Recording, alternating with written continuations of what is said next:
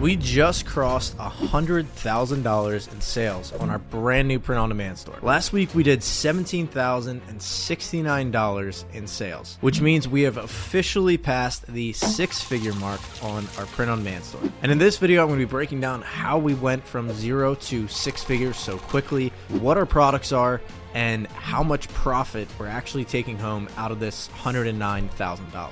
And to quickly catch you up to speed, if you're new to the challenge, my name is Chris Heckman. I've done over $25 million in e-commerce sales, and this series is where I'm breaking down step by step and showing you how I'm growing a brand new print-on-demand store from 0 to 7 figures in under 12 months.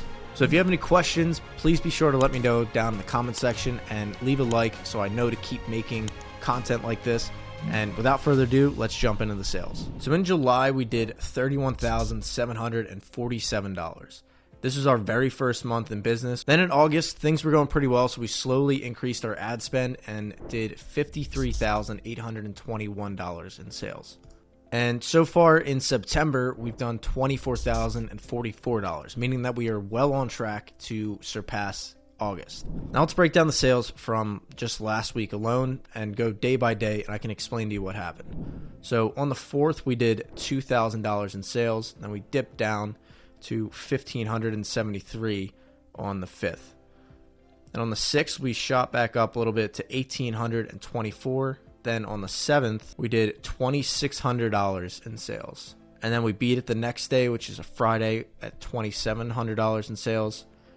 We had our first 3K day on the 9th, and then we did $3,200 in sales. If you've been watching the last couple of weeks, you know that we had our sales dip down quite a bit, and this week was key for us to get things back on track. So our sales have obviously shot up a lot this past week, and a big question is, what's the reason for that? Now, one thing we can notice is that our conversion rate was up slightly, about 15% higher. Looking even further into the conversion rate, it wasn't our add to cart rate, that stayed about the same, but our reach checkout rate went up by 10%, which then led to the sessions converted going up by another 15%. If your eyes are glazing over, that's fine. We don't have to dive any deeper into it right now. Just know that the conversion rate and the specific breakdowns is a good place to turn your attention to whenever sales are dipping.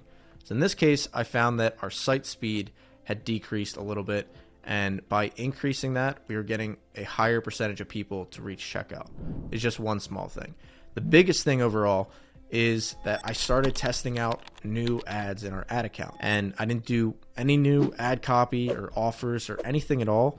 All that I did was test new products. I've mentioned in previous videos, but simply by swapping out new creatives and testing it in the ad account, we are able to breathe new life into the store and the accounts overall. And the ad creative that I'm using is relatively simple. I just use a plain picture of the products that we're selling, and the ad copy is normally something along the lines of a customer review with a discount and a link to buy. And I promise to show you what our products look like, so I want you to take a look at this store here. This is Yoga Stay, which if you've been following the channel, you know that this is my old brand. This was my baby that I ended up selling. I sold my baby, but it was a happy sale. We parted on good terms with better parents now. But anyway, so if you look at the website here, forget the yoga pants, these are the types of products that we're selling on our website. And I'll talk about the site layout in a second, but these designs, we just take t-shirt designs and place them on a mock-up that fits the niche. So we have a niche store that's an interest that is something that I'm interested in and I know has a large audience behind it. Then second, we find t-shirt designs from looking at Etsy, Pinterest, Redbubble to get ideas. And then we hire designers to create our own variations and our own concepts from those. And nowadays, AI, that's a whole nother conversation, but we come up with these t-shirt designs, we get about 50 of them, and we launch them on a site that this site here is a lot more complex than the site we used to run. When we first launched it, it was literally just debut theme, the basic Shopify theme with 50 t-shirts, and we normally price them around $20 a piece. And this is what we're running now. So in this store here that we're looking at, it's exactly that. It's 50 t-shirts on a fairly basic Shopify theme. And the key is that we just know that it's a niche that people are interested in, and there's a decent size audience for it. And for our ad creative, like I mentioned, it would just be a picture of that right there.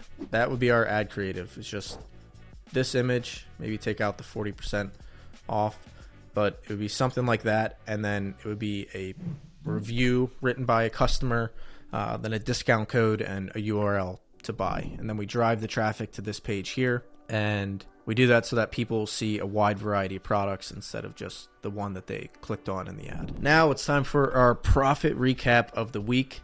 So in total, our top line sales, which this is before discounts or refunds or anything, was $18,052.26. And leading the expense charge is our tried and true number one, Printify. This is how we fulfill all of our t-shirts. This cost us $7,435 last week. Then we gave away $1,139 in discounts, which gives us our gross profit margin is $9,477. We had $471 in transaction fees. We spent a whopping $5,873 on advertising, which that's okay. That's around a 3 total ROAS, which is not terrible.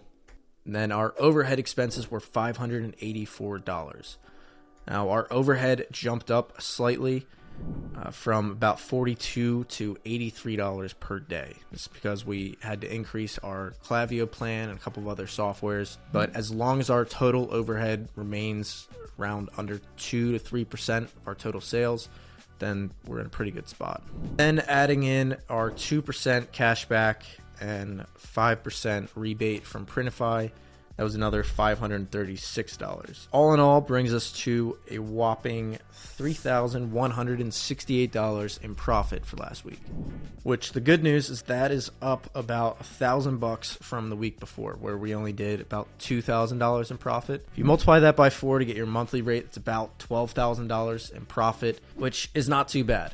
But our goal is much higher than that, and as long as we continue to grow at about 15 to 20% month over month, which is pretty aggressive, but I think we can do it, then we'll be in a really good spot about 8 to 9 months from here. And I plan to document the process every step of the way, all the ups and downs and lessons learned. I hope you guys find this useful, and there's your recap for the week. Let me know in the comment section down below what would be useful for you guys. What do you want me to cover in future episodes? Anything from the ads to product research to hiring a team, site optimization, literally anything. I'm an open book. I appreciate you guys watching, and I'm here for you guys. You got this, and I'll see you in the next video. Bye.